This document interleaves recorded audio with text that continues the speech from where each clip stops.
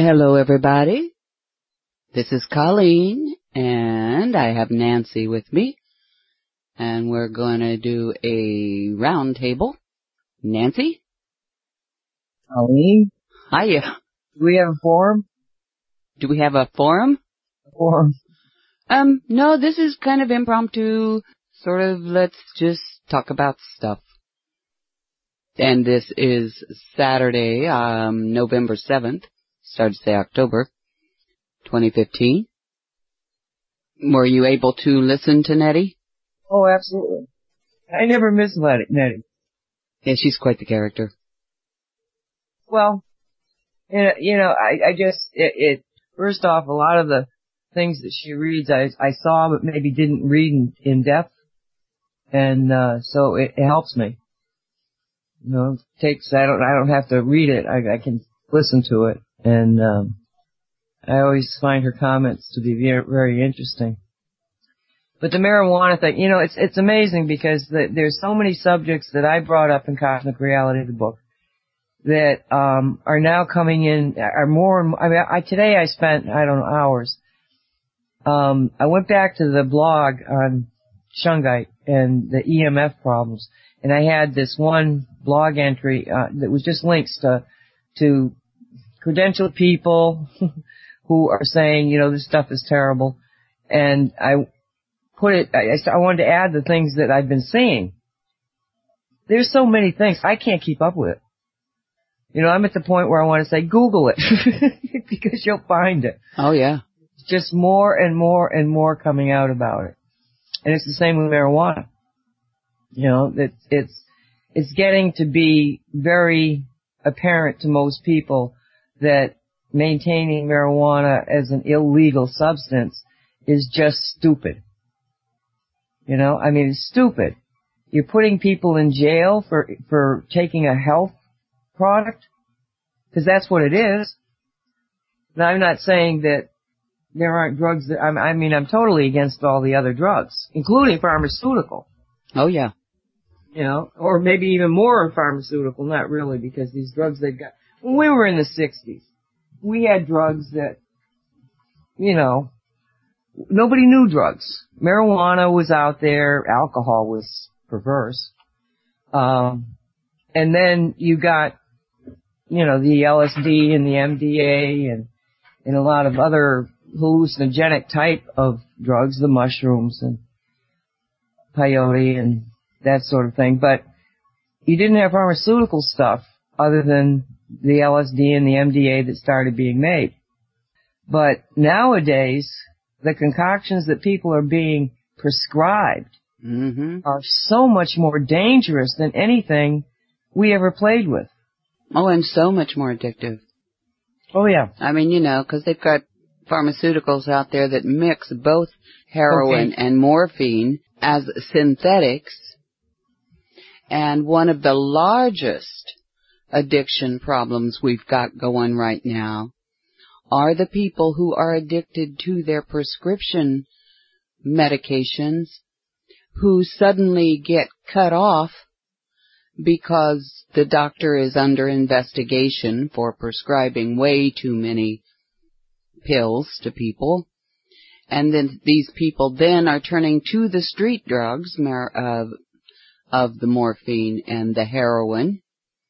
The real stuff. Marijuana won't lead you to the harder drugs, but your doctor will. That's right. And I've just seen way too many people, and these are people in their 20s, that are, being prescribed this stuff, where, as I keep saying, I remember used to, the only time you got, morphine is if you were dying of cancer or were having a leg or an arm or something amputated. But now it's like they give it for everything. You've got a backache, here's a script.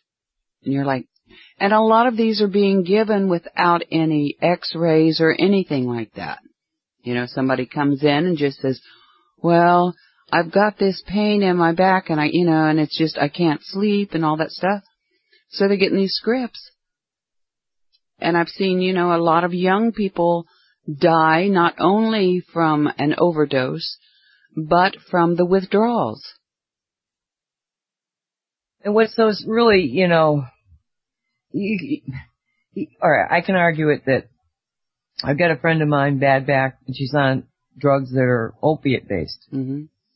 And she was feeling really good, and she was actually feeling a little too good. So she went to her psychiatrist and said, I think I'm feeling too good. And the psychiatrist said, well, what are you taking? And she told her, and the psychiatrist was freaked out because she said, there's no way that you should be taking these, A, but B, if you have to take them, there's no way that you should be taking them at the amount that you're taking in the time that you're taking them. Or in this mixture. Yeah. And so my friend said, well, yeah, but it's helping me with the pain. And the psychiatrist said, so take them. Right? Mm-hmm. Like that. Mm-hmm. And my friend looked at her and she said, because you will become addicted. Now you're going to have to face addiction. Mm-hmm. What's worse, pain or addiction? She said, that's your decision. Yeah. Well, and a lot of people, a lot of people believe, oh, I'm not going to become addicted. I only take them the way I'm supposed to. Right, but the doctors are getting paid every time they prescribe. Isn't that right? Oh, yes. I mean, generally, it used to be, they got cash, bonuses and stuff, and I think a lot of it now is stock in the pharmaceutical companies. So, then you're even more, what's the word I want, prone to just write scripts. And the sad thing, too, is one of the side effects of these drugs is pain. Yeah. Well, it kills your liver. Oh, that it definitely does. Nobody thinks of that. I mean, I give down here we have, the heartworm problem. So you're supposed to give the pill once every 3 months. And, I missed a month and I was kind of freaked out and I called over to the vet and one of the technicians that I know, she said, well, to be honest, Miss Hopkins, these things will last for 3 months, but we tell everybody to take them every month so they won't forget. Mm. So I've been giving my dog twice as much of it that he should have had, and what am I doing to his liver? Mm-hmm. So I'm looking at it and I'm going like, well, you that's. And so no, I don't miss it, but I don't give it to him every month. I give it to him every 2.5 months. I don't go the full 3, but I do 2.5. And then as soon as I give it to him, the next day I start filling him up with, milk thistle. Mm. Which when one of my animals had a liver problem the vet actually said, do you know milk thistle? And I said, yes. And he said, well, start using it for the liver of the dog, because it's a tonic for liver. Mm-hmm. So, I mean, it's like, the marijuana question is just, well, it goes back to the fact that why was it made illegal? And virtually everybody doesn't know this story. The story that I originally heard was that marijuana was legal during Prohibition, but because of all the flack about the alcohol and making it legal again, there was a trade-off, and they made marijuana illegal. And then they were going to have, then the alcohol could be legal. It's all in the same time frame of the late 30s. But what really happened was the Hearst paper industry, with massive acres of wood to be made into paper, were getting concerned because the marijuana, hemp, could be used for paper and last a lot longer and be tougher and be cheaper and all that. So they got concerned. Then at the same time, the oil companies were starting to be developed. And at that point, Henry Ford had just put out, one of the earliest versions of the, Model T, the Ford car. And he made, I've heard both 40 to 60% of the car was actually made out of products that had been like plastic, sort of like plastic. Well, it's hemp. It's made out of hemp. But it was used in the fenders of the car and other places in the car. And I believe it was Ford himself took a baseball bat to the fender, and the dang baseball bat bounced off of it. It was tested by scientific. It was one of the science magazines, and it was proven to be, I don't remember, 10, 100 times, I don't remember. It was much stronger than steel. So the steel companies are concerned about marijuana. And the plastic companies, because who makes the plastic? Oil. And what was he burning in the car? Hemp oil. So all these groups got together, and they were lucky, because at the time there was a lot of Mexican aliens coming into the country, and there was some anti-Mexican sentiment. I don't know how much, but it was enough that they could rename hemp marijuana and tell everybody that it was a Mexican plan to completely make everybody in America crazy. And they had, what was the name? Reefer Madness. You know, those early movies. Oh, yeah. You know, to make an environment, a mental environment where the United States population would be okay with marijuana being made illegal. But in fact, it wasn't working. And so they just bought off the Congress. And a very illegal law was put into effect, making marijuana illegal, that has done quite a few things. Because first off, the federal government had no right to tell the states that marijuana was illegal.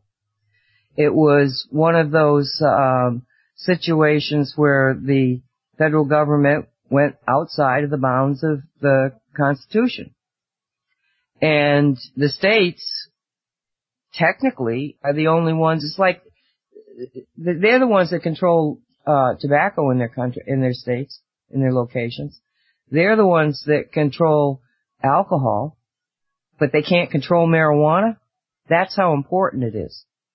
And when you're looking at marijuana, it's like Nettie mentioned in her piece, was that you put it in the ground and it actually helps the ground. It certainly does not deteriorate the ground.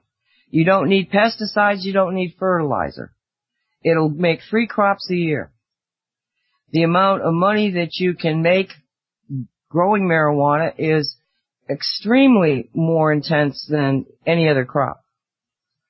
The medicinal purposes of it, we know that's what's breaking into it, because when children can be helped by having cannabis and you've made it illegal, well, that's child, what do you call it? It's criminal abuse. Yeah. Abuse. Because you're taking away something that will heal that child, simply because you want to be able to sell oil and paper and clothes and, screw with the Americans' ability to heal themselves. Mm-hmm. You mentioned something about smoking. Well, people that smoke cigarettes and smoke marijuana are healthier. They don't have lung problems. Okay? Now they're doing exactly, but they're also putting more in. So oh my God, you're putting more marijuana in. Oh my God, you're going to kill your lungs. No, because the oil and everything from the marijuana is so healing that it will take away any kind of damage you've done from a lot of stuff. They're not going to tell you that. Well, actually, they did tell us that. I read it in a medical report that they were finding that. Yeah, and they used to sell cannabis elixirs. I think it was back in the late 1800s, early 1900s, from 1850 to 1936. Cannabis was used as the primary medicine for more than 100 separate illnesses and or diseases in the U.S. It was right, and most cannabis of that, extract. Right. Most of that was putting the cannabis in some kind of an alcohol thing so that it was infusing the alcohol with the medicinal aspects of the cannabis. And the interesting thing too is that oh my God, the pharmaceutical companies, first off, they have a patent on every possible thing that marijuana could do. Mm-hmm. And they have attempted to extract the healing properties of marijuana. But this is a magical little plant. And you try to take a piece of it and do something with it, it's not going to work. You have to have the whole plant. Exactly. It's got a symbiotic kind of relationship between itself and the healing of the body. Well, and they do that with all kinds of plants, because like birch bark for aspirin, for instance.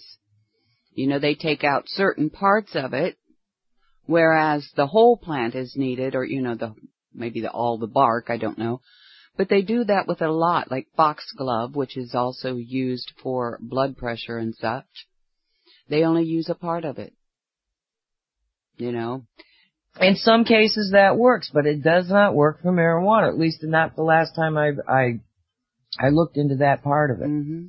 Well, I'm not sure that it works for other things as well, because, I mean, if you get one certain part of it, and it could be because they only get that certain part that they put in the pharmaceuticals, that had they used the whole plant, you know, as an extract, that it wouldn't be doing all the liver damage and all that other stuff. Well, it comes back to the concept of, you know, symbiotic relationship is really energy in relationship to itself. Right. You know, it's like, you got this stupendous athlete who is a runner. Well, let's take one of their arms, because maybe that's where the running is, or one of their legs, or, you know, no, you need the whole runner. Mm-hmm. You know, it's like, that's why I say it's stupid. There is no common sense in it, unless you understand that greed is behind making it illegal to begin with. And then on top of that, it's becoming a fight of state rights against the feds. And once the states stand up to the federal government, see, the federal government was only given the right to do like post offices and the highways and, you know, international negotiations and a standing army if they needed it, but most of it was in the Constitution put on the backs of the people themselves as a militia. And the Second Amendment doesn't say you have the right to bear arms. It says you have the requirement, the responsibility to bear arms to defend the nation against all enemies, domestic and international. So it's one of those situations where the states have every right in the world to do everything, and the feds have no right in the world to do anything. Right, right. And marijuana is being forced upon the states to make it illegal, that is causing them tremendous amount of putting people in jail for, you know, a little bit of marijuana, for trying to track them down. They're wasting tremendous amount of money. Oh, yes. Where they could be doing something better in criminal work. Well, too, that's making as you said, it's making somebody an awful lot of money, even though, you know, it's a lot of taxpayer money is going to, quote unquote, fight this war on drugs. It's like any war, somebody is making an awful lot of money on it. And when they make it legal, then now they can tax it. Oh, yeah. And they don't have to run after it. So from a financial greed standpoint, it's to the benefit of the states to make it legal. Mm-hmm. So my only concern with them making it legal is then that then the government and their cronies, Monsanto, DuPont, and all of those other chemical companies, then get their hands on it, and it's no longer what it should be in its natural state. That's my concern with the legalization. I'd rather they just reclassify it as a plant. Well, no, it's got to be made illegal. You got to get rid of the illegality of it because of the state right things. You cannot have the federal government telling the states what to make legal and not legal within their boundaries. It's not constitutional. Of course, there's a corporation that's running the government. Right. But that was one of the things I was really hoping for, was that they would continue to fight, that it was that big a battle that they would continue to fight it, because sooner or later it would come to the state rights question. Mm-hmm. And once you're there, then you start looking at the federal government saying, but you don't have any of these rights. How are you doing it? Oh, well, there was the 42nd Congress that gave the bankers the District of Columbia, which was the only land granted to the federal government by the Constitution. Right.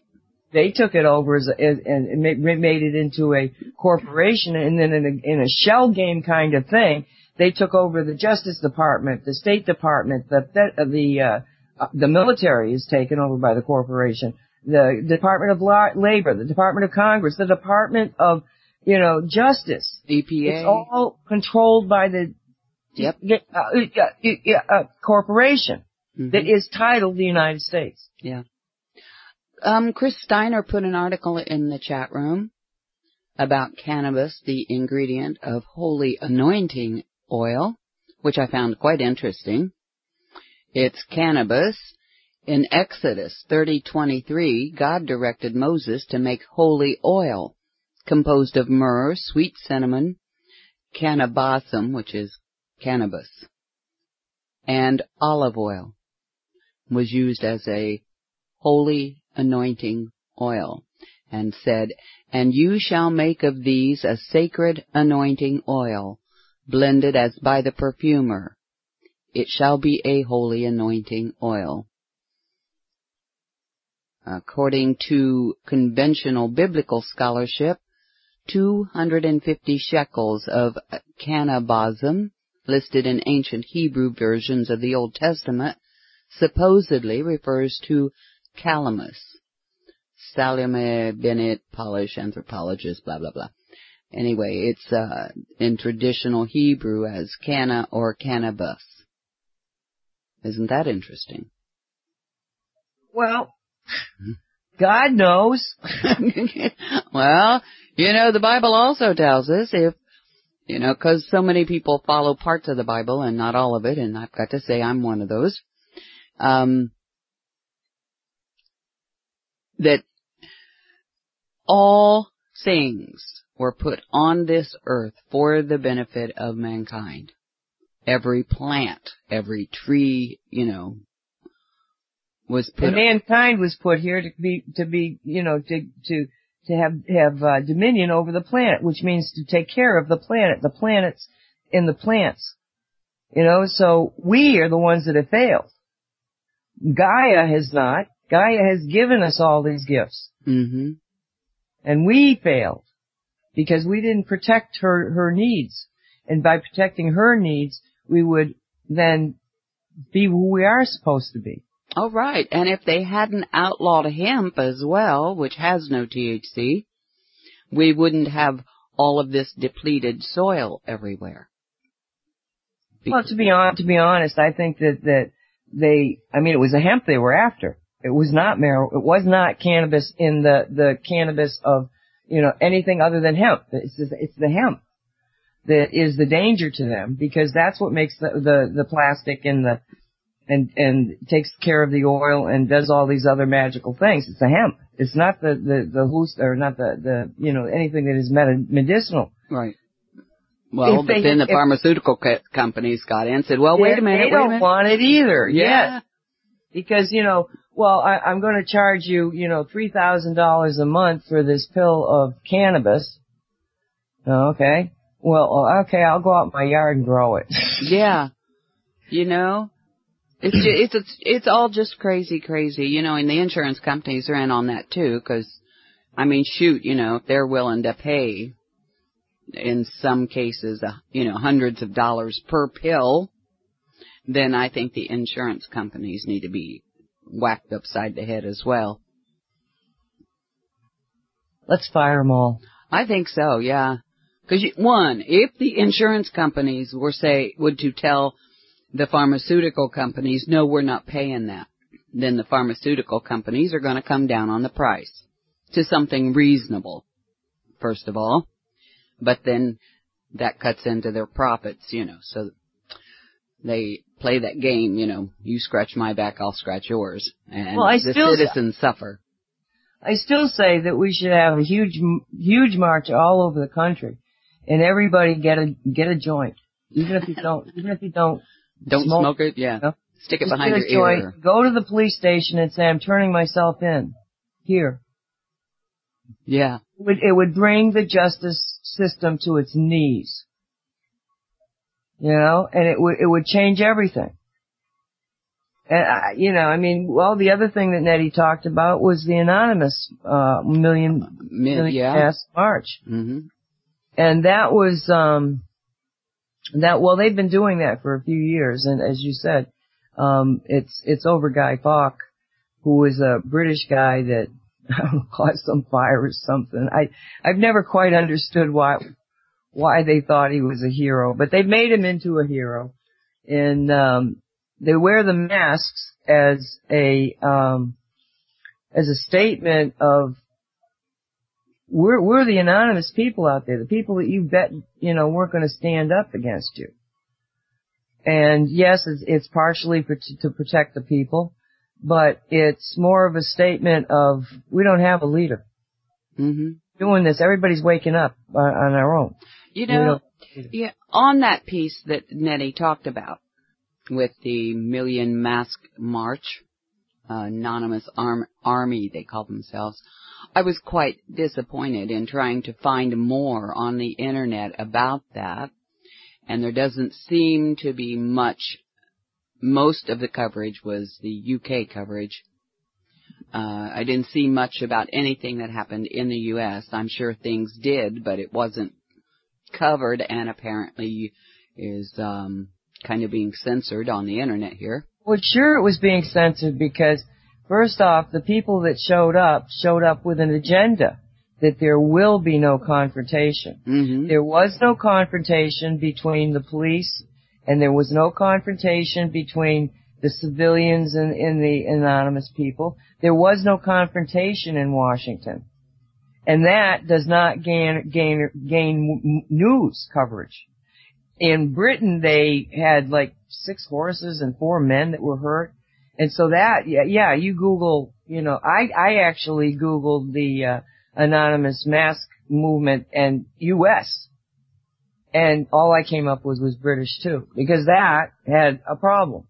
Oh yeah, and well, the only one I did see was on like Fox News, very, very short piece that was on Fox News on the internet, and it was a very, very short piece, and it did at the very end that there were no injuries or anything like that, but it was very, very disappointing. I think that people will need to start standing up and saying, you know what, this is not right, and we're not going to do this anymore. But the only real coverage that I could find on the internet was mostly people who were deriding these masked protesters, and I'm just like, oh my gosh.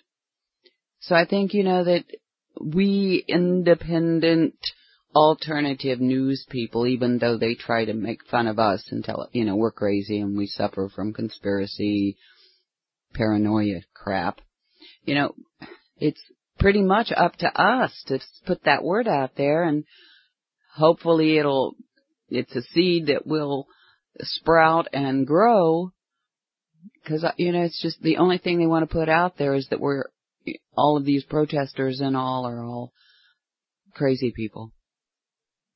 Well, the anonymous movement is actually the anonymous revolution, and that's my term. Uh-huh. Because what happened was that these computer nerds and hackers and technicians and probably university professors, realizing that there was a tremendous amount of problems out there, created the dark web.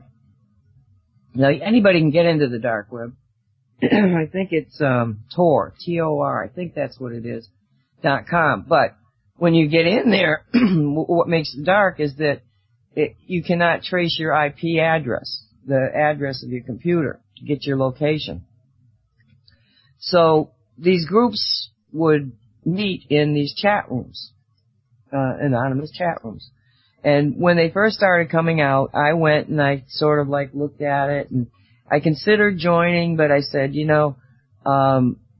I think I'm much better not associated with them at this time, because I'm on the same mission, but I don't think I want to be identified specifically with any one group. Right. So I did not sign up.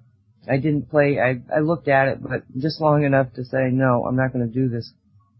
So what happened was that the anonymous groups there was many of them, and they were just anonymous chat rooms. Nobody's identifying each other. And lo and behold, they get this guy in there that claims he has information that they would be very much interested in. But he was anonymous and he didn't want to identify himself, but he says, I'm going to give you some information and you check it out. So he did. And apparently he went to more than one anonymous group. And he'd give them a different piece of information. And so they would investigate it, and they went, oh my God, this guy, maybe he's real, because this is turning out true. And finally, they realized that this guy had so much information that the only way that they were going to get the information to be made understandable was for these anonymous groups to start coming together just to investigate this information. This man's name was Snowden. Mm-hmm. And he's the one that had gotten into the NSA files. And if you think you have seen what he got into, you have not. He got everything. We've seen maybe 10% of what he really got. They've been playing with the rest of it. In the interim of all of this happening, they began to think in terms of what it would take to put all this information together and then be able to use it. And they realized that they needed an intelligence center. Just like, the Army, the Navy, everybody has to have their central intelligence organization to be able to see the big picture. So that's what they started doing. They started to come together that way.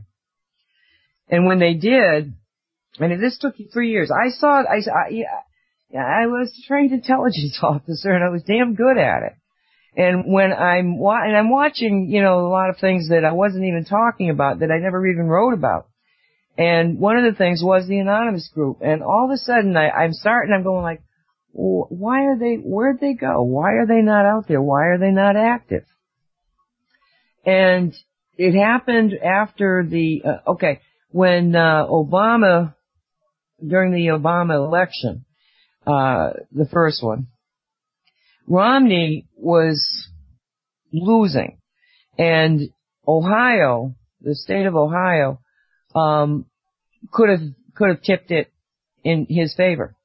But he was losing every place else, and people were saying, oh my God, you're losing, and he was like, yeah, right. And he was, very, very calm about everything. And then when the Ohio numbers started coming in, and again it was going against him, he was like, it's going to be all right. It's going to be all right. But then as it got deeper and deeper into the counting of Ohio, all of a sudden he wasn't on television. You couldn't see him. And I went, something's up with Ohio. Something has happened. And it took about, I think it might have been 2 weeks before I got what did happen. And what did happen was that there was a computer fix on Ohio, so that Ohio, no matter what happened, no matter what the votes were, was going to go for Romney. And this was all being, let's say, centralized in Tampa, Florida, in a computer system that belonged to Spain or something. It was some foreign country actually controlled this particular facility. And the Anonymous had realized what was happening, and so they basically went into the system and took out the program that would have changed the results for Romney in Ohio. So the Anonymous group had made a tremendous impact on U.S. history. and nobody knew it. I mean, only us crazy people that were, knew what to look for and were searching for it and, found it. And, so some of us realized what had happened, but the vast majority of people did not. But that was a pretty big move on their part. And from that point on, no matter what I did, no matter how I looked, I couldn't find any anonymous activity. And I said, they're into something big. You don't have somebody like that drop off like that without knowing, as an intelligence officer, if you can't find your enemy on the battlefield, you're in trouble. And I couldn't find them. So I said, they're doing something. They're doing something. Well, what they were doing was going through, Snowden's information. And then when they realized what they had, they realized that not only had the NSA been snooping and pooping on us, the little people, they were also doing it to everybody else.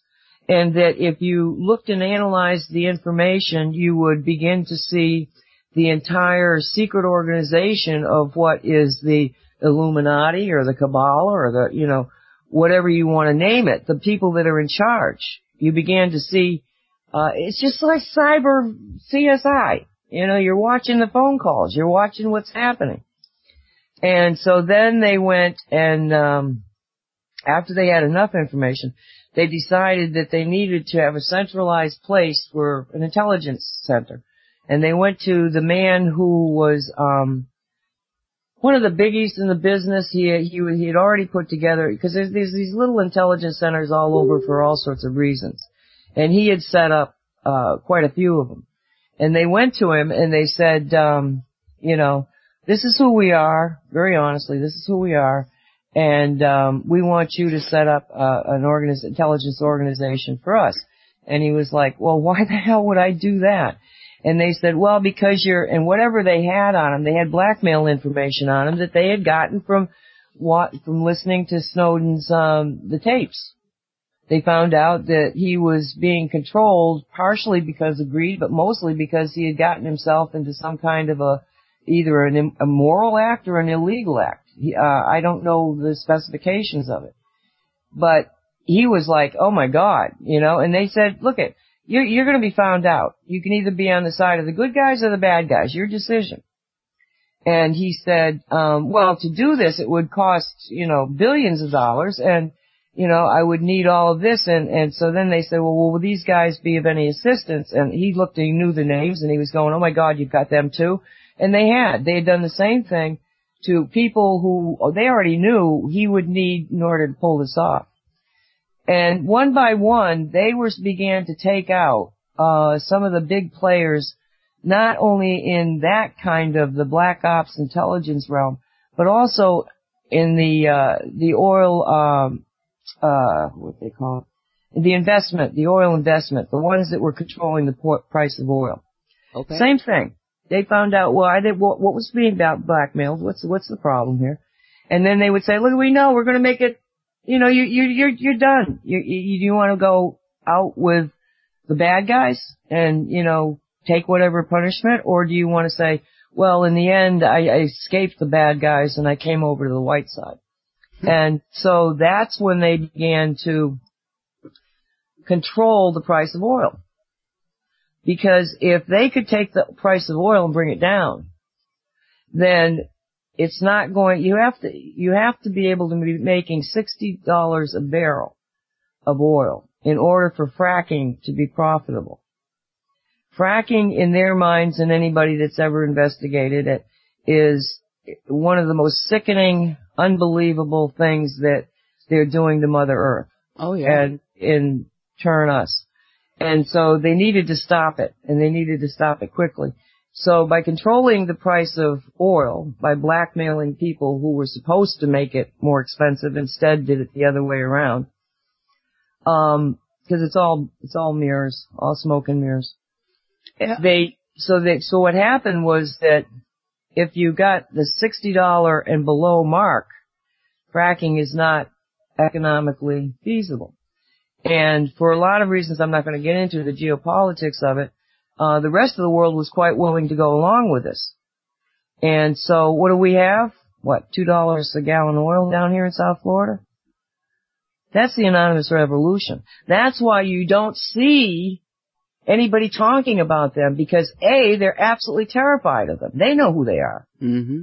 And they're not going to give them any kind, in the United States, they are not going to give them any kind of press, bad or good. Just ignore them. And try like hell to figure out some way to stop them.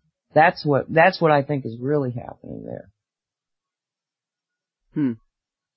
Well, I did see that some attorney general in New York has issued a subpoena to ExxonMobil demanding extensive financial records, emails, and stuff like that, relating to climate change research. This is over the billions of, well, maybe it's only millions, but still, money that they've dumped into the reports that deny that there's anything going on and that the oil companies and such might have some sort of role in the changes in the climate.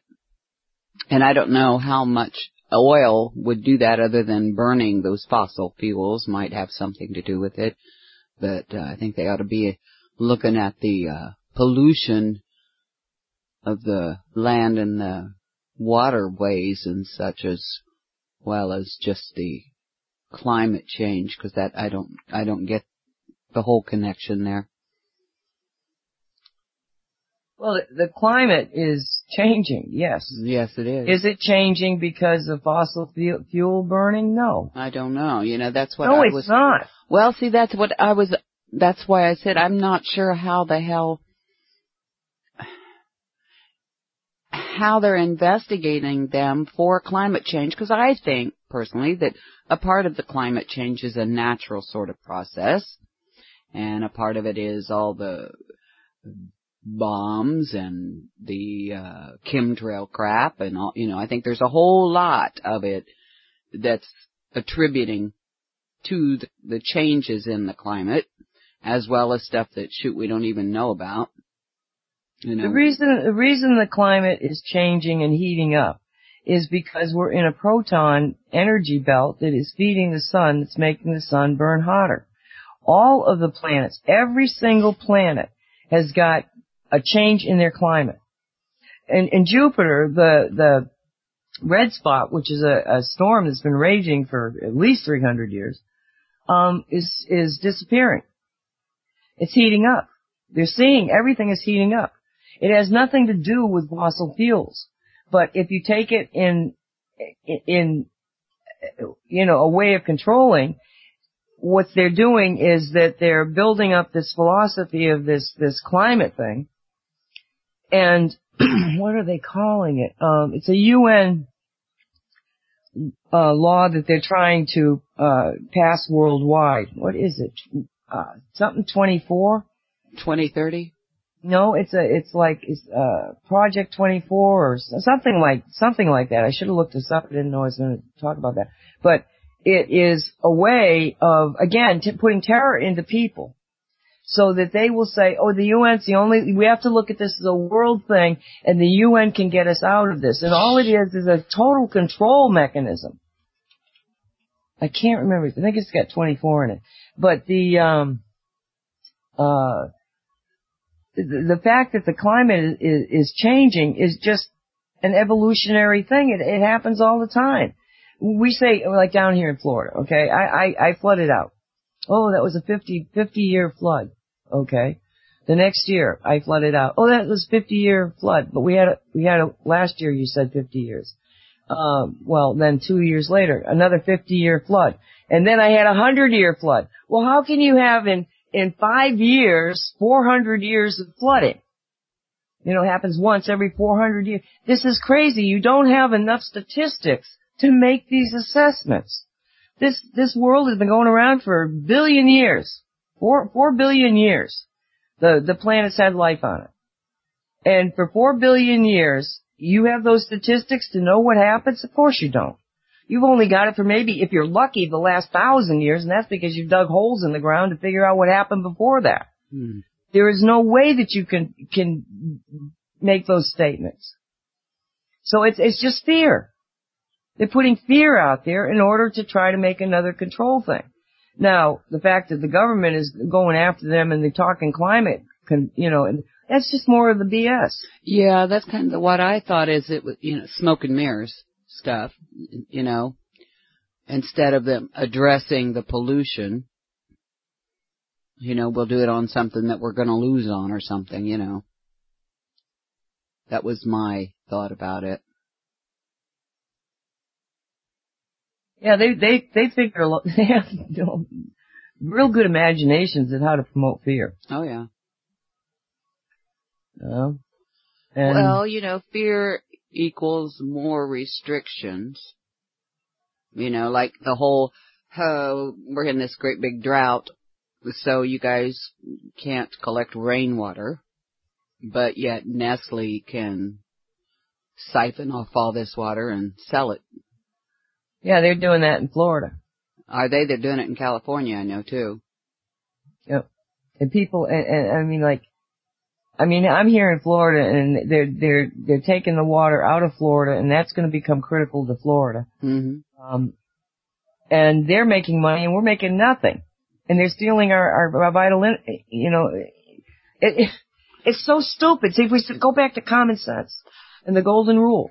Yeah, I don't think but I don't think that that's in their even vocabulary. Common sense, honor, integrity. Those are words that seem to have been wiped out of their dictionaries. That's them. That's not us. We've got to wake up. The populace has got to wake up and say, look at this is stupid. Yeah. And don't be afraid. My God, there's 99% of us and there's 1% of them. And if you add the 15 or 20% that might be so sucked up in it that they'll never wake up. They'll go to their graves, fighting for something that is completely brainwashed them. It's killing them. We still got the numbers. Yeah.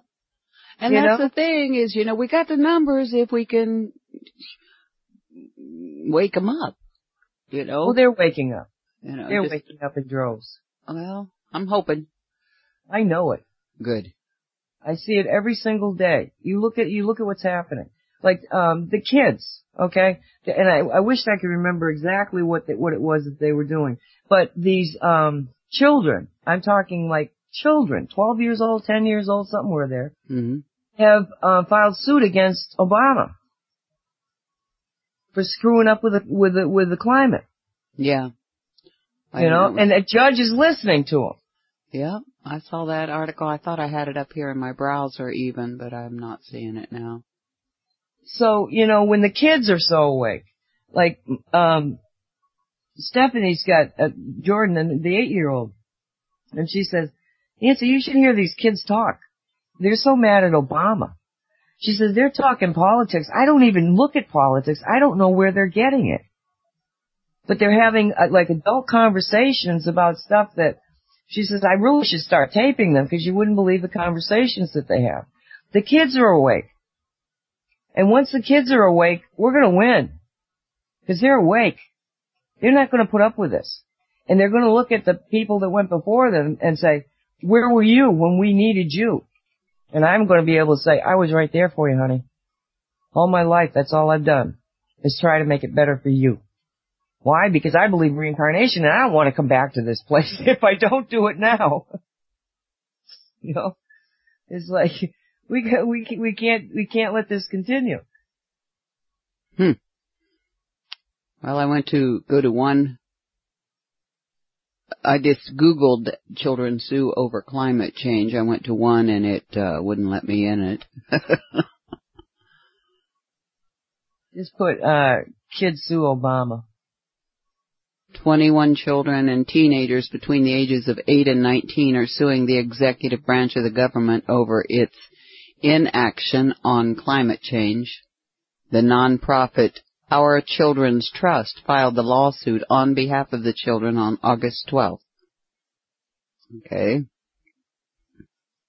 That's from MSNBC. Well, I think they did pretty good. You won't hear anything more from MSNBC on it. Probably not, since, they're owned by what, GE?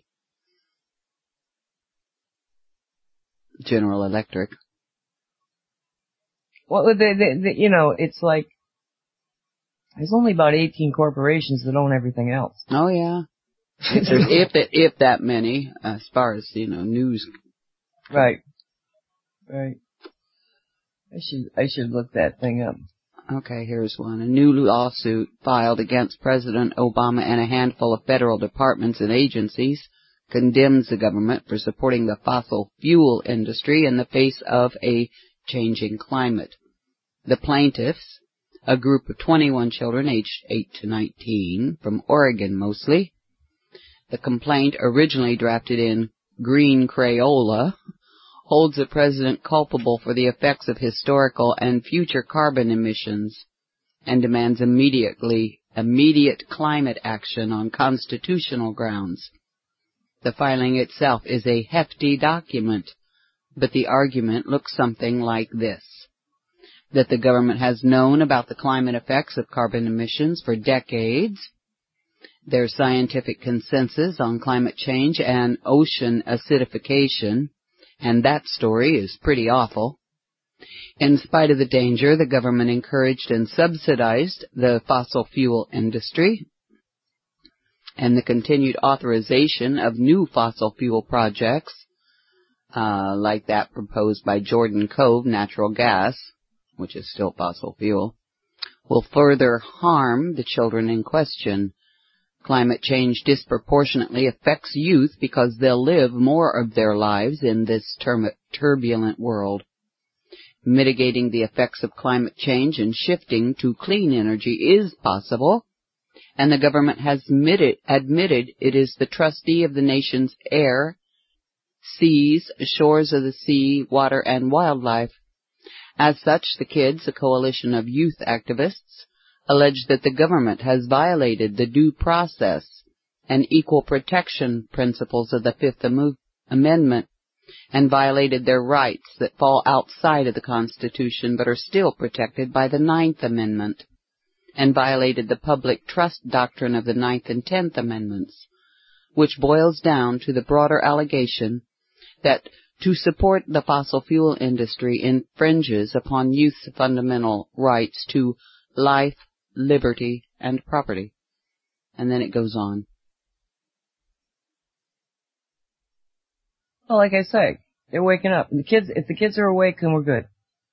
Because when they don't have anything to lose. Except everything. If they don't do something. Mm-hmm. And,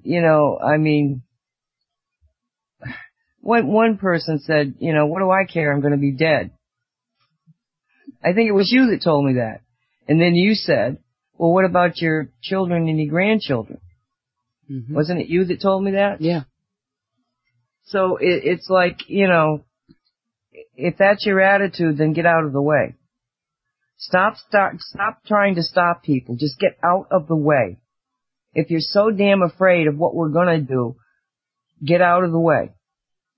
Just go find yourself a hole in the ground and dig it deep. Because... well, some people are. Rich people are kind of sort of doing that, aren't they? Yes, because they understand that they've lost the game. The game's over. It's, because we're not going to give up. We've spent our lives doing this. We're not going to give up. If they arrested every single one of us, I guarantee you they would not hold us. You put enough of us in a prison and we're going to take over the prison. Why? Because we know the consequences if you don't act. Mm-hmm. We're already enlightened to that. We saw what happened to the Jews in Germany, to the homosexuals in Germany, to the gypsies in Germany. We saw them one by one, group after group. We remember this stuff. I'm talking about, and conceivably they thought, oh, well, we'll just wait for the 60s people to die off. Not realizing that there were going to be kids that are going to be even more angry than we were. Oh, yeah. We heard the other day, that our thoughts alter our DNA. Okay? So if we were sympathizers or we were activists or, we read this stuff, that affects your DNA. And when you have children, that's in your DNA, so that's passed to your children. they're oh my gosh, they're thinkers. There's that thinker in there. And I think that was quite interesting. Even though we may be dead and gone, this next generation coming up from the parents and grandparents of those thinkers. And there's a lot, out of every 2 people, there's at least 2 more children generally. In my case, there's more. But, it kind of is a snowball kind of thing. Well, plus the fact that we're putting it into the super consciousness of the human Earth Gaia, environment. And the more we think about it, the more we talk about it, the more we feed it, then that information comes down to the kids. Because why the kids? Well, because the other people are so dumbed down that they don't even think. Yeah, and that's why they're trying to dumb down the kids with all the Wi-Fi crap and TV and vaccinations and. At least we've talk about vaccinations. I don't know the full ramifications of the story because I wasn't paying attention. Like I say, I don't pay attention to a lot of this stuff anymore. But what happened here in the state of Florida is that, the vaccination requirement in Australia? Mm-hmm. You're not going to get your checks and you're not going to get this and you're not going to get that if you don't have this mandatory vaccination. Mm-hmm. Well, they put a similar bill into the legislative schedule for Florida. And I said to Stephanie, who was telling me the story, I said, Jesus, I would have thought that would have gotten a lot more press. And she said, no, we heard about it the day before it was supposed to be brought up. And so they went on, I don't know why I didn't get involved in it, but they went on a writing campaign to their local, politicians and calling them. I mean, they just went into full action. And the next day it was tabled without discussion. So, and this was a secret thing. I mean, they can't even get the secret things through, Had they tried to get it out there, I think there would have been a massive, because people are understanding these vaccinations now, and why do they want to vaccinate you? Why would they want to vaccinate you and me? Mm-hmm. Why? Because they're going to put they got nanotechnology that they can stick you with a needle. They can put an implant in you that will give them your location, how you're doing, if your heart's beating, everything about you. Now, can they make heads or tails out of this kind of information? Yeah, they got the computers to do it. Mm-hmm. So it's like they've gone into super tech trying to keep people down. Well, these are desperation moves. Right. Well, too, for all the people who say, no, I'm not getting it, and the government gets to keep that money that you've paid in to all your life, they all of a sudden change the rules and say, well, you won't take this shot, so we're keeping your money. You're like, wait a minute, something wrong with that. Yeah, and what do they call it, that you're owed it? What is it? Entitlement. Entitlement. The entitlement. Yes, you're damn straight I'm entitled to it. That's right. It was a pension plan put up by the federal government. And if you get this into your head, please people, this was a pension plan. It was a stupid pension plan on from their standpoint. Well, it wasn't really, because it would have worked if they had stopped from stealing from it. Yep. But it's a pension plan. It's just like the pension plan that you would have with your company. It's not because I'm old and should have it. It's because I worked my whole friggin' life to get it. Right, and you didn't have a choice. There wasn't an option. You couldn't opt in or opt out. That before you got your money, this was taken out. From your check. And it was a certain percentage, and yes, that's what I've been screaming about. You want to call these entitlements? You're damn straight. I'm entitled because I paid into it. It's my money. And that gives me the title to this account, But before we get any more angry about that. Well, it's the top of the hour. How about I put on some music and then maybe we can come back with something that we're not going to scream too much about. I'm not going to put a bet on that. All right, I'm going to play Van Morrison's Into the Mystic. Kind of chill out and float away for a little bit. Be back in about 3.5 minutes. Alrighty, we are back. I am anyway. And I am anyway. Okay. One thing I wanted to touch upon, because I know that you understand this a whole lot better than I, is when Nettie was talking about the dream telepathy. To be honest, I read that article and I was confused by it. Oh, well, okay, well. I wasn't exactly sure it was very badly written in my opinion. It was confusing as to what they were trying to do and what they actually did. And the results and I may not have read it, sufficiently enough, but, dream telepathy, I mean, first off, I think that I know that telepathy is a natural capability of anything and everything. I mean, I pointed this out the other day, is just look at the dogs and the animals. My dog knows everything in my head. Mm-hmm. I mean, well, I don't think he cares about most of it. Yeah, yes. Unless you say cheese or... cheese, cheese is big.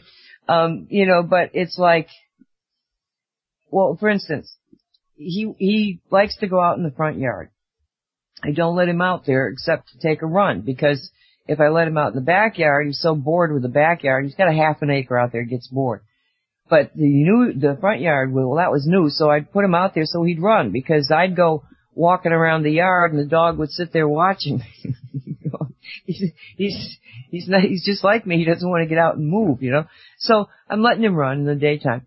And he picked up that I wouldn't go out unless I had my shoes on. So every time I would go to reach to put my shoes on, he'd come out dancing around in circles like, oh, you're going to let me out? You're going to let me out? So one day I'm going like, when does he pick this up? And so I sat there and I thought about it. I said, I got to pick up these shoes. Nope, he's in the bedroom still laying down. I'm going to pick up the shoes. Nope. It was when I looked at the shoes and made the motion to. I was starting to move to do it. Out he comes, jumping around. So it's a level of telepathy that they have. But everybody has it, whether it's a dog, a cat, probably a plant, probably a marijuana plant. So it's a natural thing. And do we have telepathic communication when we dream? I would assume so. Yeah. Okay. What this was about was this Montague Ullman, who's a doctor, MD, and Stanley Krippner, who's PhD, head up this research team out of Maimonides, Maimonides Medical Center in New York City.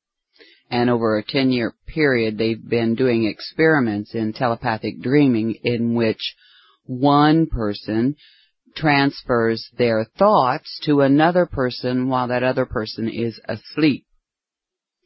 And that's kind of scary because, it's generally the government that funds this research. So, says that in more than over 100 subjects over several years, it was demonstrated that there is a relationship between what's being sent and what's being received. And, of course, it depends on the receiver and the sender and all that kind of stuff. But that they've figured out that you can send your thoughts to someone when they're asleep. Of course, we do that often when we dream anyway. If we're thinking about someone, often we'll dream of them. Or if they're thinking of us, we'll dream of them. I know that my best friend, several years ago, she bought a new Eagle Talon, candy apple red, black leather interior. And I didn't know anything about her having bought that car, but I had a dream about her in the car. It's like in the dream she turned around and smiled at me, and I could see the dash and the color of the car and everything. And I called her up the next day, and I said, "Did you just buy a car?" And she went, "Yes, how'd you know?"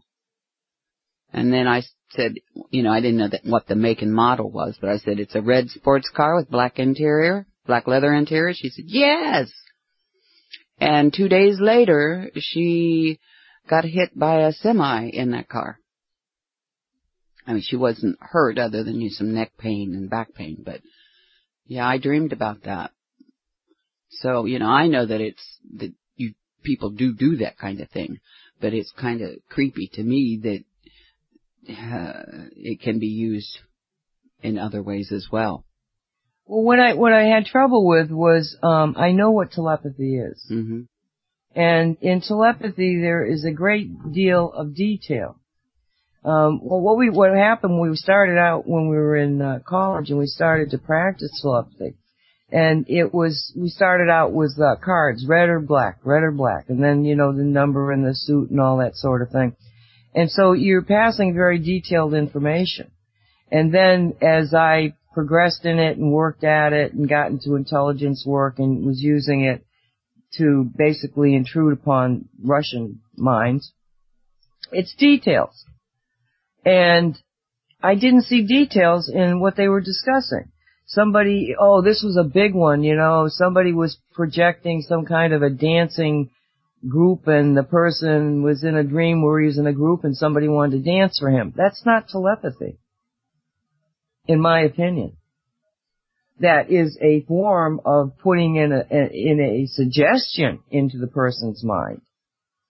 But that person isn't reacting because it's telepathic. I mean, it's a mental signal, but it's being put in. It's being projected by one person. That person is projecting it into your mind, and your mind is susceptible because they were waiting for REM sleep, which is when you're in REM sleep. Rapid eye movement is REM sleep, and that's the deepest state of dreaming asleep. But in order to get there, you have to have no serotonin in your brain. And when you have no serotonin in your brain is open to what they call spontaneous thought. So any blue that you ever saw, if you saw blue, it would want to call it. And that's why psychedelics like LSD have hallucinogenic qualities, because the brain scan of somebody on LSD and somebody in REM sleep is identical. And it's also identical to a person who's in a psychic state. So you're in a suggestive state. And an energy form like a radio signal, but coming from a human thought that goes into your brain, you might pick up that way.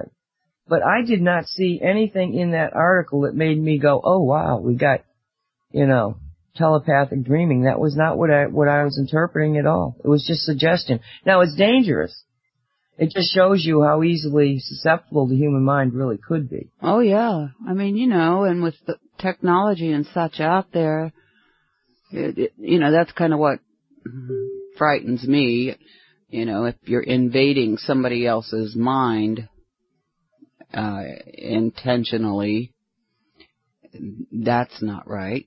Because in my opinion, you ought to be in agreement, with someone you trust. But, because there's just too much, agenda that could be involved in that. Well, I think that the dream state, when you're in the REM sleep, because you're in a psychic state, you're in the LSD state, you're accessing the etheric level, and you're accessing a tremendous amount of information. If you're in control of that, then it's very beneficial. But if you're being controlled at that time with somebody trying to put a thought into your mind, I don't think it's going to be very successful. I think they're wasting their time one person trying to, I don't think, but if you took that and made it into a signal that was compatible with a human being, that was a very, very powerful signal by an electromagnetic field, that's a different story. And it could very well be that, people get programmed while they're asleep with thoughts that they don't even know are out there. Yep. Because it's just a matter of your brain telepathically is like a radio station. I mean, a radio receiver. Mm-hmm. So, it goes both ways. You can be it's two-way radio. But it's a radio. And what's the key to radios? Tuning. Well, what's the key to tuning? Knowing what the frequency is. So if you know that the brain is operating within that very, very specific frequency mode, and you can make an artificial telepathic signal that fits that mold, then yes, you're going to be able to put things in that radio. You're going to jam that radio. It's basic electronics. It's electronic warfare. It's what I was taught when I was in my 20s. Now you're talking about devices that, I mean, that was when? The 70s. So how many years ago was that, 40?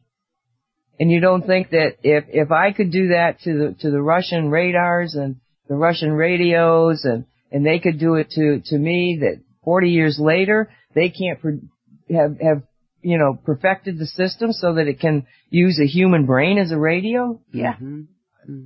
Have a little faith in human technology. Right, and the technology part of it, but, and you have proven that you don't really need the tech. You got the tech already. Well, the beauty of it is that people would understand if they would really grasp the fact that reality is what you think it is, and it's all a mind game. Then you do what I do. It's like, well, wait a minute, that's not my signal. Get the hell out of here. You can put blocks up. Your thought patterns can put blocks up. Mm-hmm. You can say, no, I don't agree with this. I don't give you consent to do this. But if you don't give any consent, well, then you're up for grabs. But if you absolutely, I've had these thoughts. I'd be, falling asleep, and not in a REM sleep, but just falling asleep, and all of a sudden I've got pictures in my head of people and situations. I don't know what it is, but I also know it doesn't feel like my signal. It's not coming from me, it's coming from outside of me. And so I just look at that signal and I go, I do not consent. And I order my entire radio station, do not allow that signal to come through. And it seems to work. Because why? Reality is what I think it is. And I will not consent to having these extraneous thoughts in my head of people I don't know because they're playing scenes that are going to elicit fear. Well, no, I don't play that game. Because I'm awake. Because I can see it. I can feel it. And that's all you have to do is wake up. If you don't think that thought was your thought, then say, I will not accept that thought anymore. And it won't happen. They can't get through. Because why? Because you just changed your frequency. You changed the ability of your radio to be manipulated.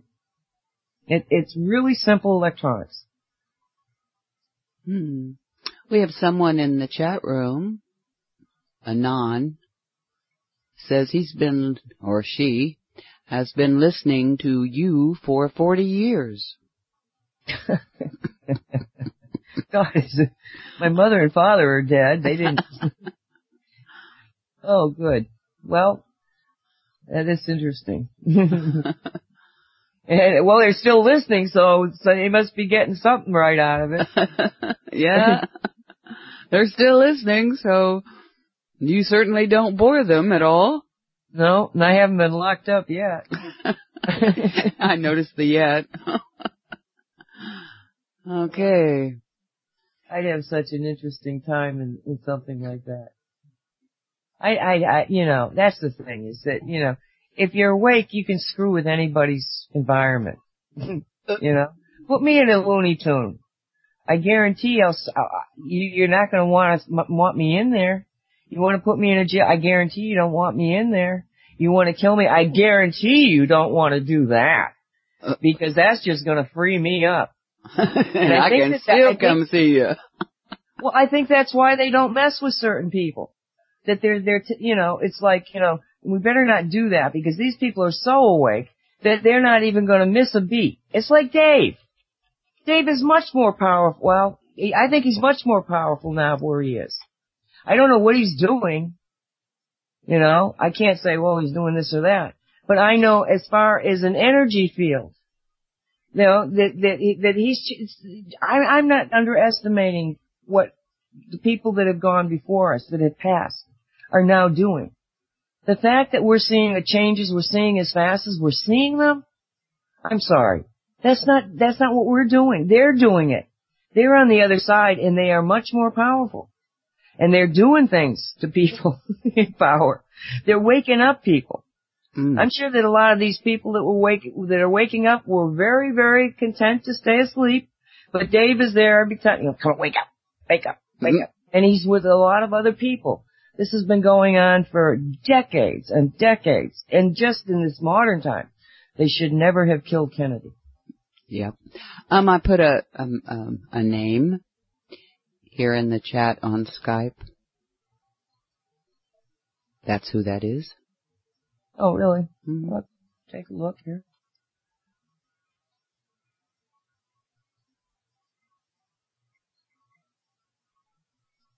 Oh, I got this thing here. I'm so bad. I can't seem to do. I don't know. It's in the lower right hand of the chat bar, or the one with. Well, I guess you're seeing my picture. Lower right hand bubble, cartoon bubble thing. Oh God. Anyway, write it down, send it to me.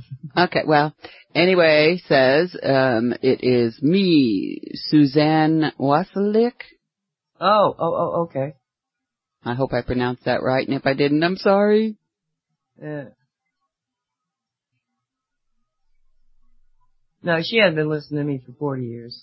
No, I was saying when you were in your 20s, it was over 40 years ago. Oh, yeah. Well, I shouldn't have to say that. It's been decades, I mean, yeah. I was 15 when Kennedy was assassinated, and that was the beginning. So, I'm 67 now, so, it's been a long journey, and I'm not alone. I happen to have a voice right now, and I'm a writer, so I've had that voice. But there's millions of people that, I know that there are people in the African jungles who get it. They don't have to see it all to get it. And, that's where we're at, is that there are so many different ways of awakening. And I believe that I've met people who were dirt poor, didn't have really a chance to do anything with their lives, and yet they got it. I've met people that did everything with their lives and never got it. And so I don't have a preconceived notion of who will wake up and who won't. And I'm just really excited because I feel like, yeah, this is a good thing. But as far as the telepathy in the dream things, I think that they can use artificial telepathy to induce emotional stuff in you. Mm-hmm. I don't think they can take over your brain yet. They can for some people because there's some other requirements to make you do things that you wouldn't normally do. But mostly they're just mucking with us. Can they put in a frequency into your body that'll make you get the flu or feel like you got the flu? Absolutely. Mm-hmm. When you have a rash of gallbladder problems, like a whole area of people are getting gallbladder problems, could they have put in a frequency that would exacerbate a weakness in the gallbladder? Absolutely. It's all energy. It's all electronics. Oh, yeah. They can do the heart attacks. They can do all kinds of stuff. Oh, yeah. Yep. Suicide. So, it's best to bone up and learn how to stop them coming in that way. The thing that people are missing is that you are in charge of your own body. Claim dominion. Mm-hmm. That's all you have to do. Claim dominion. You can't blame anybody else, but nobody else can mess with you anymore. Because all you have to do is say, you can't mess with me. I've claimed dominion. You can't mess with me. It's one of the cosmic rules. And, so we can fight back. There's 1,000 trillion ways of fighting back. The main one being saying, I ain't gonna play your game anymore. And the rules are, oh God, it's like the uncle thing. If you claim uncle, you can't, leave me alone, you can't fight with me anymore. Well, this is a little bit different than saying uncle and giving up. This is saying, grandpa.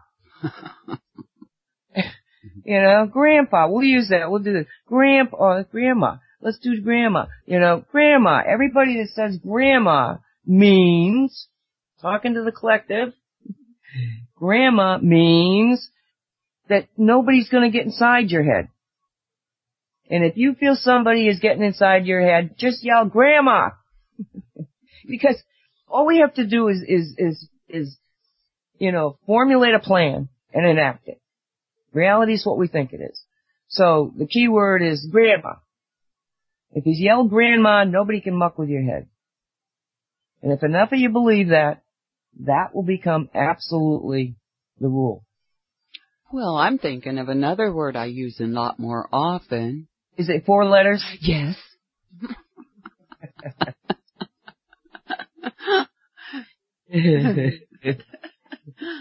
Grandma has more sense. I know. I bet it begins with an F. Yeah, Fall, that's the one. Oh, well. So what else did Nettie talk about? Let me see. Nettie, what did Nettie start with? She started with the British soldiers who were throwing away their awards and medals because they were saying, they fought in the wars and they know what they were ordered to do and they no longer support the military establishment. So they were tossing their military hats and parts of the uniform and their medals and their papers and all that onto the street in protest. I'd like to see that go around the world. Well, an interesting thing in regards to that is that you have probably not much, probably around our age, who are saying this. And, right.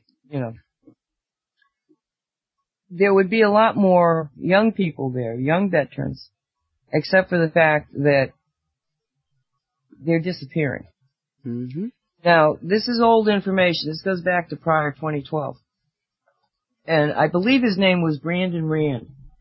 And he and his sister and his brother were were on Facebook, and they were playing one of those games, and they sort of took the game into the Facebook. And I don't know what they were saying, but it wasn't anything. Well, I do know because I read what they were saying, and it's nothing that we haven't said. So he's at his brother-in-law was with him, and they were some kind of marshals, federal marshals, I think, plus the local feds in Virginia. And they come up to the house and they said, we're arresting you. And he's like, why? And his brother-in-law immediately started filming this. And he's going like, well, why are you arrested? What have I done? And one of the people, one of the authorities who seemed to be very confused about the whole thing, but he said it was something you posted on Facebook. So they had this video now of the actual him being arrested, and the mother and the siblings went on YouTube and begged people, please look at this, help us out. And then it was the Rutherford Foundation with John, I think his name is Whitehouse, and it's a firm of lawyers who do bone for free people that are in trouble. I mean it's one of these really good kind of organizations. So he gets out there and he says, let's look at this thing. And so they got Brandon. They had him in a psychiatric ward. It was ridiculous, the whole story.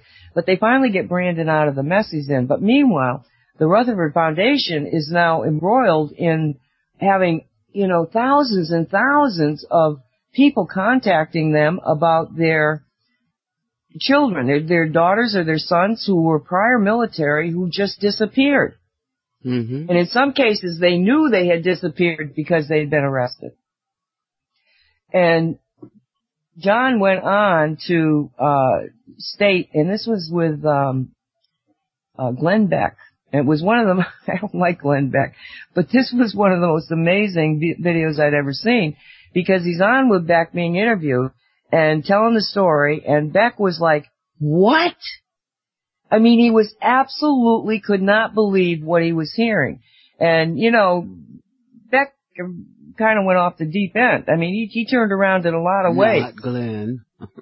But no, well, I'm not so sure it wasn't good. I mean, you might be getting that feeling, but I said not Glenn going off the deep end. Oh, no, but I think he started waking up because his story he started to really get, like, this is happening in America.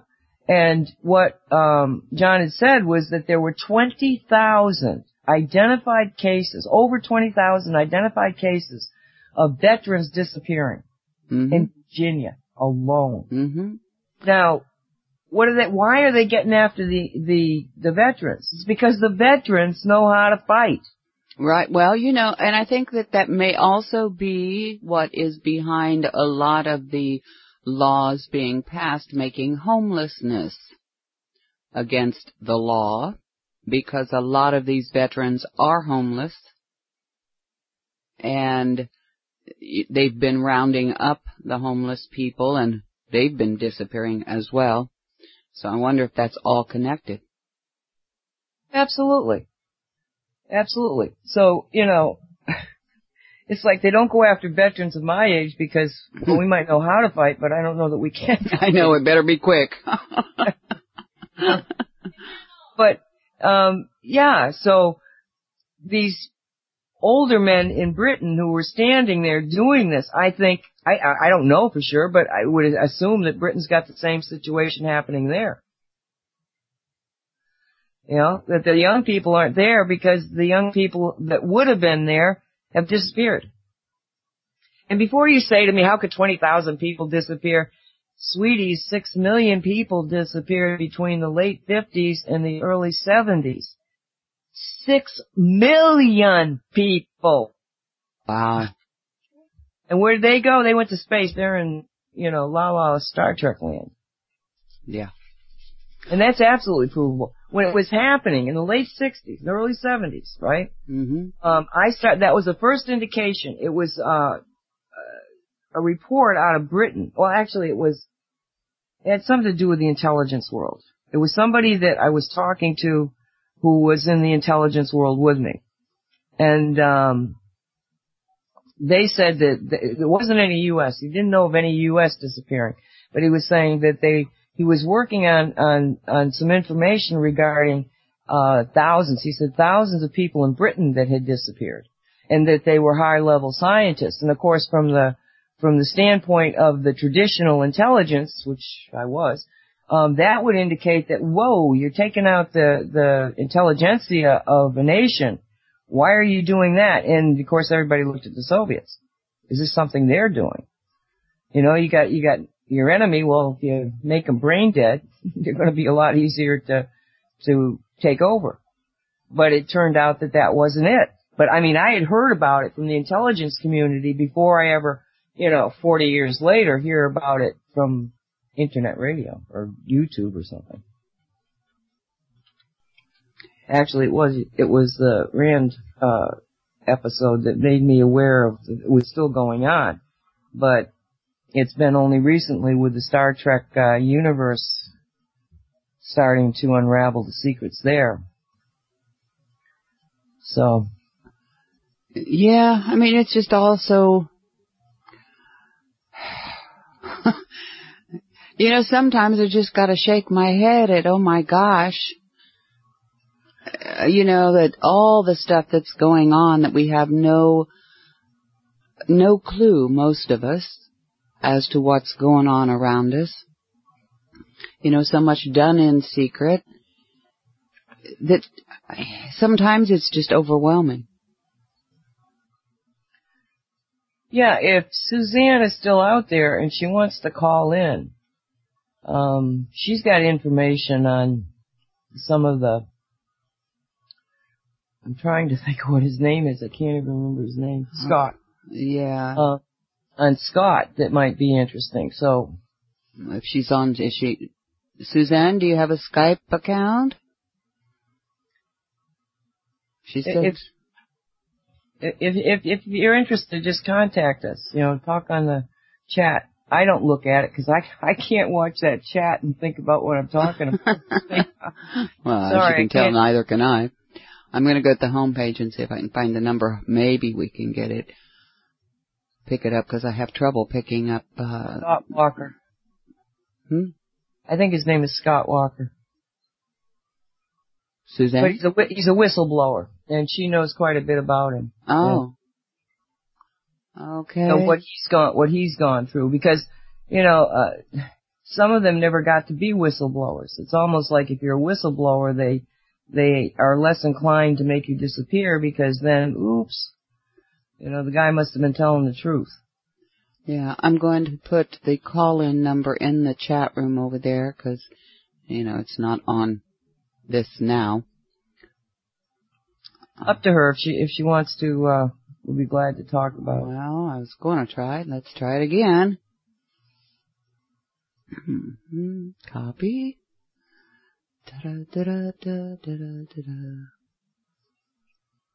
Okay, I'm pasting it. Nope, it's not pasting in there now. Okay, try it again. See, they don't want us to give her that number. They don't want that story out. Well, I'm not going to give up. Be persistent. 775-773. All right, Suzanne, it's 1-775-773-3431. I think it's on the home page too. It is. But if she hits the home page, she's going to lose the radio. Unless she does it as a Scott Bennett. Oh, okay. Open it. She can open or click the home page tab at the top. Right click it and say open in a new tab. Because for some strange reason, my machine is not cooperating at all as far as copy pasting things go. Imagine that. Alrighty. She said, okay, thank you. She's got it. Okay. Yeah, and I have actually over here on chat, and I'm actually looking at it. Oh my. Raw Choice 10 is talking about the 3 ways of volunteers in the New Earth. That's Dolores Cannon. And she was a hypnotherapist who did the typical thing of, past life regression. Then she got into the alien situation and the abductions. And then she realized she could touch the spirit side with people and get information from the spirits that ended up in being like, I don't know, I think it's like 15, 16, 18 books that she's written over her lifetime. But they were, the vast majority, I would say at least 80% of the books were transcripts of her sessions. Okay, she's wanting me to. Okay, Vanessa. Oh, Vanessa typed it in. All right. I could not get it to work at all. Good, Vanessa. Thank you. But anyway, see, I'm not good at this. I forgot what I was talking about. I got so excited to see the number. Let's see if we can get her call if she calls. Yeah. I can't do this. I'm sorry, people. I just can't seem to read chat and think about what I'm saying. So I'm going to get out of the chat thing. Okay, back. Too much, I get an overload of information. My brain starts going in 1,000 different ways. Because, I don't know. Anyway, yeah, we've got so many things happening out there that, it's hard to keep up on everything. And you were talking about Scott Bennett and Scott Bennett. I don't even want to try to summarize what he's gone through. He's a whistleblower, and he's got an amazing story, and what's happened to him is amazing, and he does need support from people, just to know, even if you just know, because again, it's all in the mind. And if you just know about his story, and then you just, put out the energy that he needs to draw on, give him a backpack of energy, of your own energy. And you don't have to think about it being white energy or black energy or, just love energy. Just send him the love energy, because it'll manifest in whatever he needs. At least that's my own personal concept. Well, this is kind of crazy, because she's saying she can't get on Skype, so I'm just going to say, call that number from your phone, and we'll try to pull you in, Suzanne. You don't have to be on Skype to call that number. You can call from your phone, and we'll try to pick it up. So it'll take her about 2 minutes to find that, because it's not even letting me type in the chat room now. Huh. Well, because we don't know. We've had all sorts of problems with the station, so we don't know exactly what's happening. It could just be technical stuff. We don't know for sure. It could be somebody targeting us. But in the Wolf Spirit Facebook page, I'm changing the promotion thing so that you can also go over to HaggieshackRadio.com. If you can't get on Wolf Spirit, go to HaggieshackRadio.com on Fridays, Saturdays, Tuesdays, Wednesdays, halfway through the day. Because the programming on those days is actually being done by Haggie Shack. And she streams to Wolf Spirit. So if Wolf Spirit's down, she's still streaming unless she goes down, and then we know we're under attack. Yeah. Because, my stream is pretty darn dependable, and not too many people know about it, so. Well, it's also with a different group than the other one. And like I say, I think I got hit, and it was bizarre. And I notified the support team, and within 12 hours they had cleaned it up. But they said they had never seen anything like it. But the bigger the company, the better the company, the more concerned they are with security.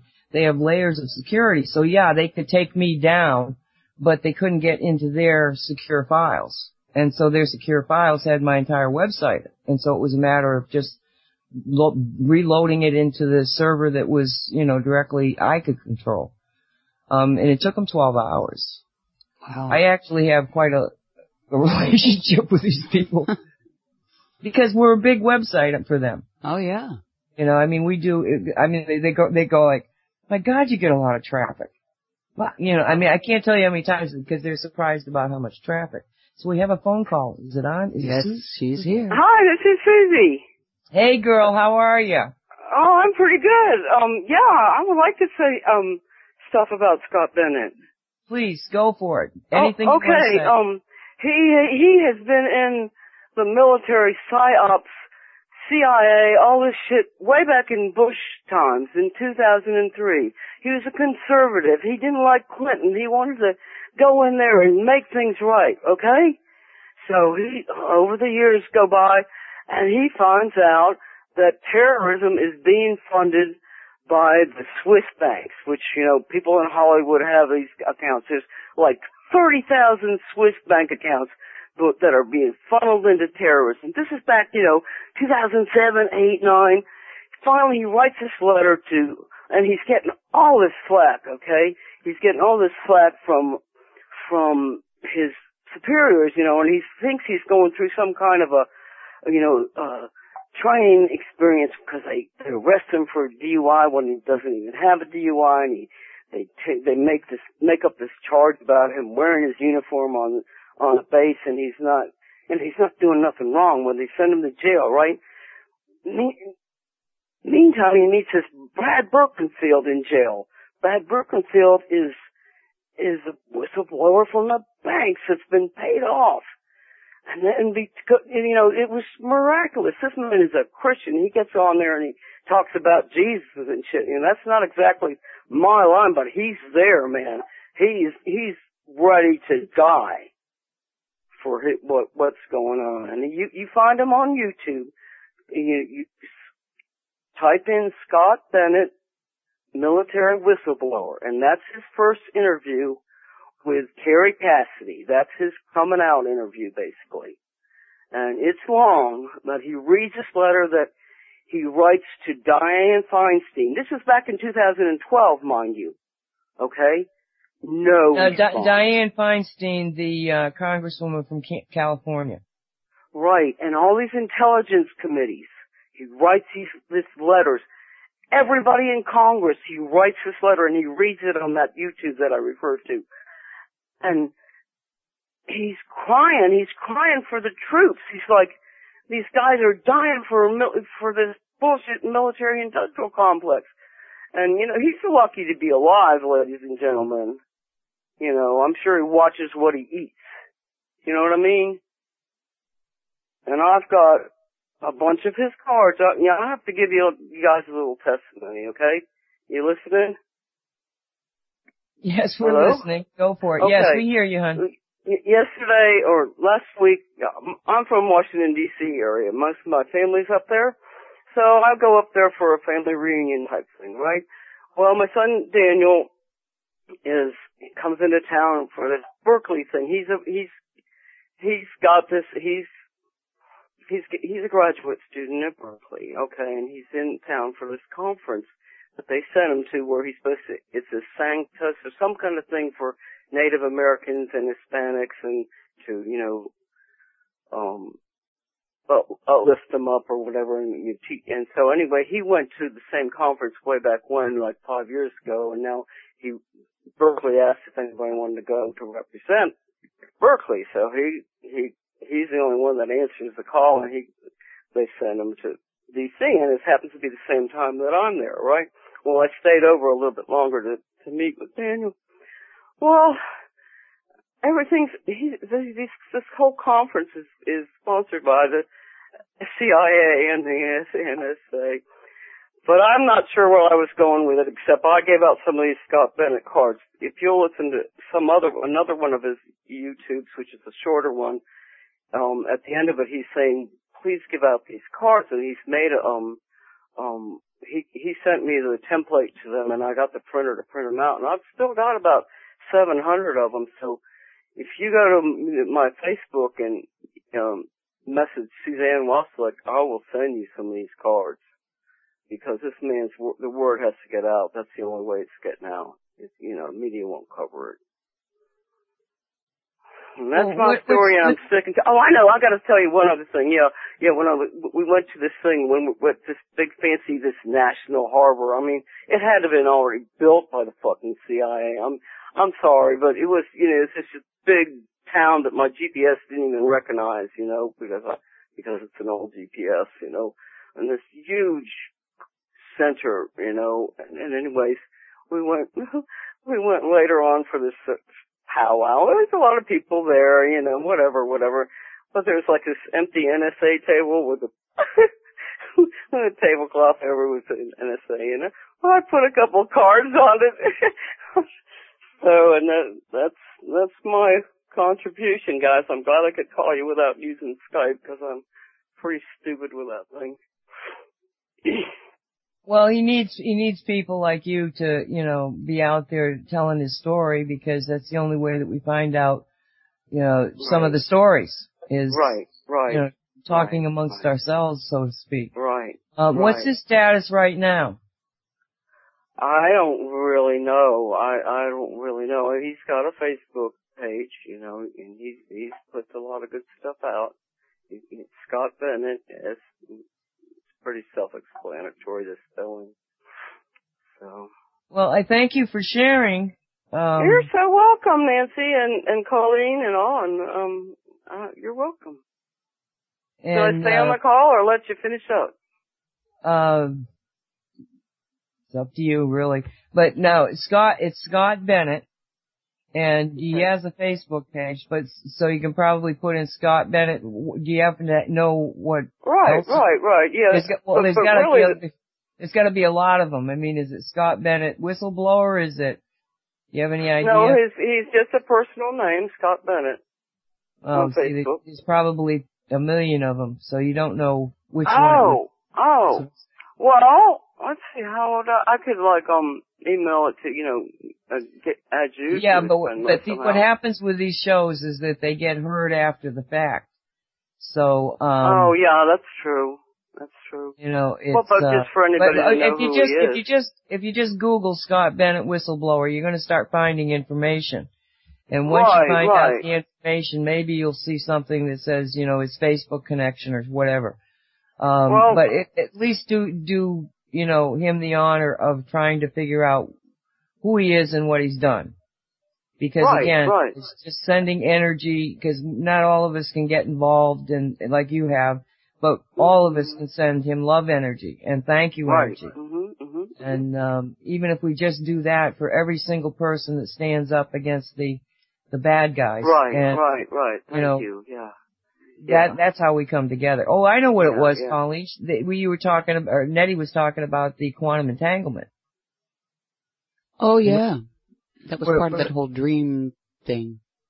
Yeah, because a quantum entanglement is the concept that the quantum physicists have discovered that if you have like an electron and it's duplicated, it's got a twin, it doesn't matter how far away, they will react like they are together. It's called the quantum entanglement. It's kind of confusing, and I openly admit that I don't really have a firm grasp of how this works at the quantum level. But what it is it appears that quantum entanglement is the technical term for everything is connected to everything, of the concept of the sacred web, that we are connected at the very threshold between matter and energy, and that is called quantum entanglement by the quantum physicists. But by the rest of us, it's, the entanglement that we have simply because we're living in the same energy universe. So if we understand that, then that goes to understanding why thoughts and even just talking about stuff changes everybody. Right. Because we're all connected in that quantum entanglement. And, so when we see somebody like Scott out there and we acknowledge who he is and we put that into our understanding, our thought forms, then it just exponentially grows to touch other people who don't even know him. Right.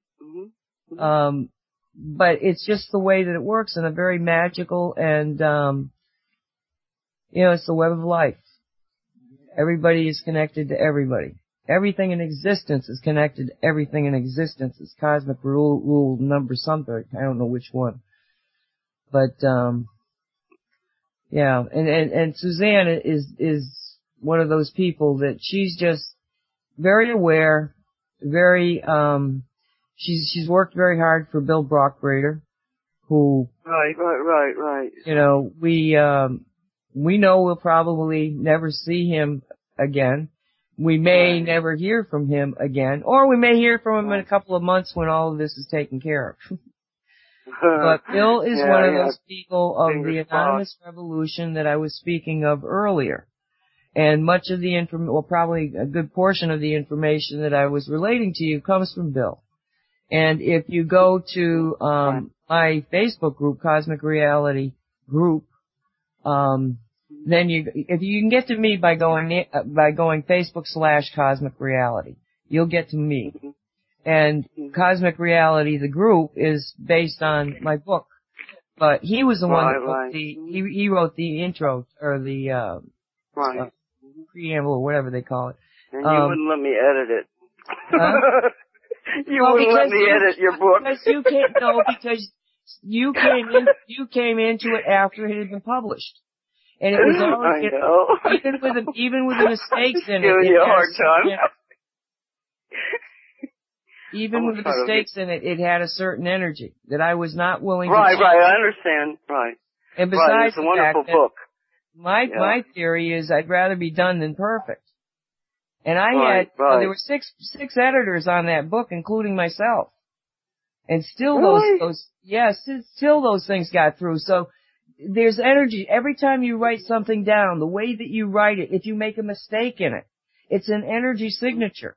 And Jean Rockefeller tell you this when she's working for Jack, the Watcher. And she's trying to formulate something that he's writing, a journal of Jack's, and you know, she's seeing mistakes that she's putting in there, and she goes to correct them, and he's going, no, because it's an energy signature that's within the writing itself. And sometimes these mistakes are not mistakes at all. They're energy signatures. So the fact that there's so many mistakes in the book is like, okay, I'm just going to go with it because I'm not going to go back in there and try to fix things that might be in there because of things that I don't even understand. Right.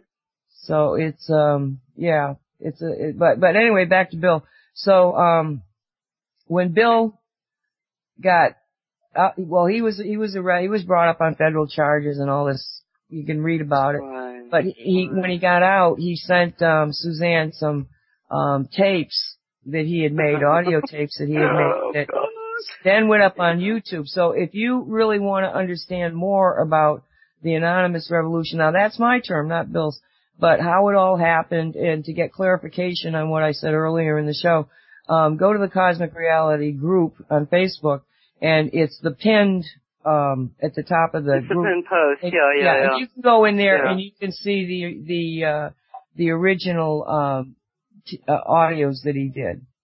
Now, other people have put things in there afterwards that, I won't take out because I don't like to stop somebody, in any way, shape, or form. But, go back to the source. Go back to what Bill said, which is what I wrote and the links that I give.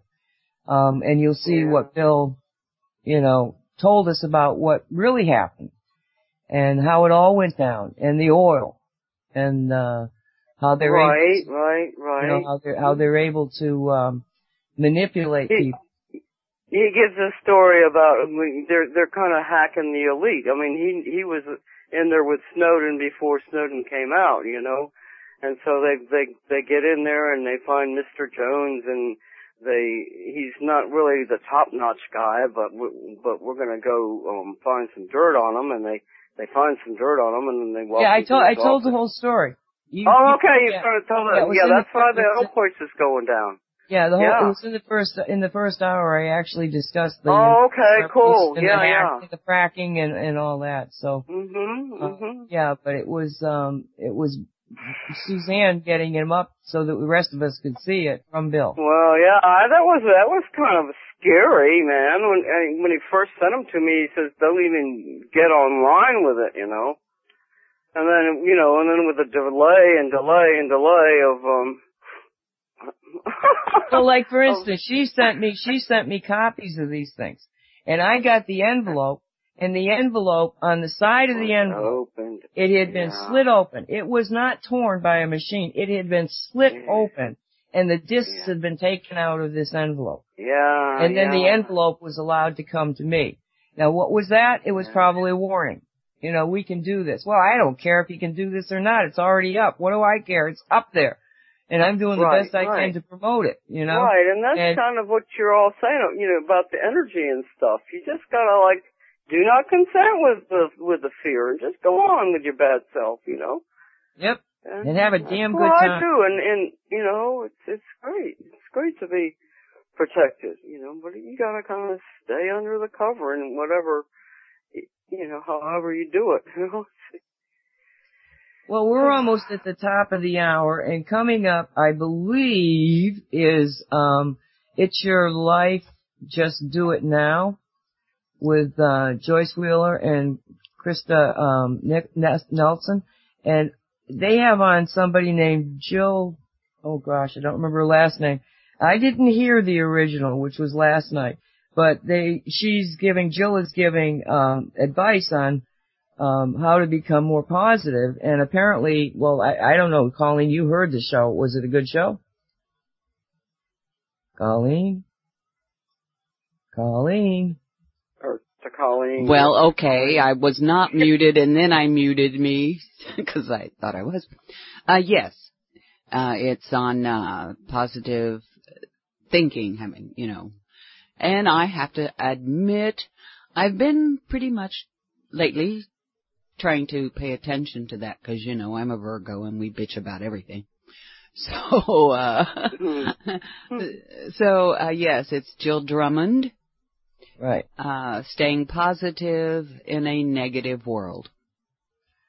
And so that's coming up in for the next hour. This has been fun. Suzanne, thanks for sounds good. I'm going to sign off, guys. Thank you. Thank you, and be safe out there, hey? And smile. Okay, love you. Have a good time. Bye-bye. Bye. It's been fun, Colleen. I'm glad this, and, we can talk, huh? We can talk. And I sure am glad that, she decided to call in and that I was able to pick up that call. So, and we do invite, because this is kind of an interim sort of thing that we're kind of working on, and we don't really have a slate other than we kind of pick up on what Nettie has talked about, and we do invite you to call in, and if you've something to add to the conversation or something else you'd like to talk about, you can always call in, and hopefully we can get that number up in the chat room. So, if not, it is on the home page at the very, very top. And we've got Vanessa to help us out. So. Oh, yes. So much thanks goes to Vanessa for so many things. For a lot of things, yes. She keeps our chat room well monitored, and makes everybody feel welcome and comfortable. And she's not, what's the word I want? Snarky? She's just sweet and a great member of the team that gets no press. And she likes it like they that know for our the most part. They don't know hers. Yeah. But we know hers, and we have a deep appreciation for all she does. She probably doesn't know how much we do appreciate it. Oh, definitely. So anyway, I'm excited to hear Joyce. I always have to listen to the repeat. Their shows are really good. So I hope you hang around and listen to how to get more positive and like that. and tomorrow's stuff like that there. Yeah. Yeah, tomorrow is the alternative Sunday. And I don't know, Cosmic Reality is supposed to run at noontime, but I wouldn't bet on it. Because they're turning, everything is turning over at that point, and it seems like it keeps getting dropped or something. So, if you need to see the, Tuesday show on Cosmic Reality that was really interesting, and if you did hear it, you should go over to CosmicReality.net, and on the homepage hit the button that says, current radio show, because there's pictures. I don't know if you saw them, Colleen. Walt sent me pictures of the pyramid that we were discussing, and how he's making the white gold and pictures. So you might want to go over there. Just hit that button on the home page that says current radio show, and you'll see the pictures. And you can also hear the tape. You can hear the audio. So. And yeah, that's up in the archives. It's dated November 3rd. If you're looking by date, it's CRRS, which stands for Cosmic Reality Radio Show, and I named it Tomorrowland. Yeah, because in the last hour we talked about Tomorrowland. Yeah, well, that's what popped in my mind, so that's what I named it. Yeah. So, yeah, and I will have it up in my slate of things to be playing until JP takes it over tomorrow, and I'm never sure what time that's going to be, but I do have them up and ready to go if I've done my math right. And if my Winamp doesn't decide to all of a sudden start shuffling things around, which it is known to do from time to time. But anyway, I thank you all for joining us tonight and hope you've enjoyed our presentation, our show this evening. And I thank all of you for your participation in the chat. It's been a lively chat this evening, and I'm always glad to see that. Be safe, everybody, and we'll see you when we see you. See y'all later. Bye now. Love you. Love you too, Nancy.